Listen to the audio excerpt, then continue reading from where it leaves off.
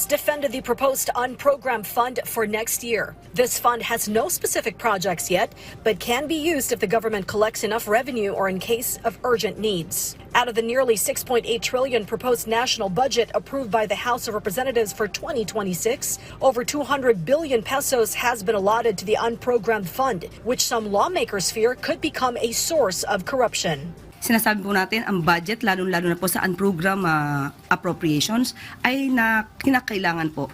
Lalo-lalo na po ito. Hindi po ba nagkakaroon po tayo ng sinasabi nating magkakaroon ng pag-deplete ng funds ng NDRRM dahil sa maraming nagiging kalamidad sa ngayon.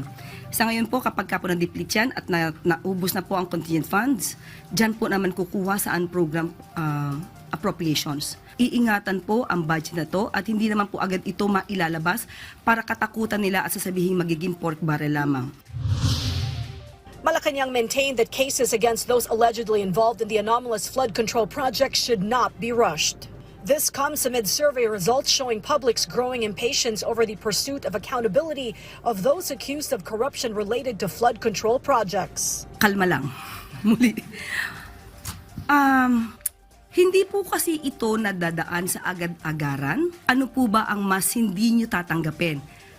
Nakapagsampa ng maraming kaso, pero na-dismiss po lahat dahil hindi hinog at kulang ang ebidensya.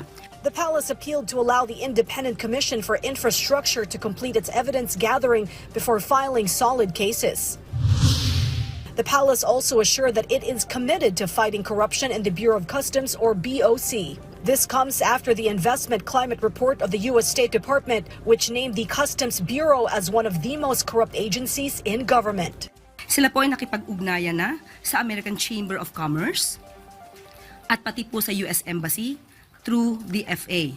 At nais nilang ipaliwanag at ipakita na mayroon pong sweeping reform agenda ang bagong pamunuan at nire-reinforce po rito ang transparency, accountability, and professionalism. Castro stressed that the BOC has already prohibited any conflict of interest or involvement of relatives of customs officials and employees in customs brokerages. The Bureau also achieved around 97% digitalization, speeding up transactions and limiting physical document processing, which reduces the possibility of bribery and extortion to occur.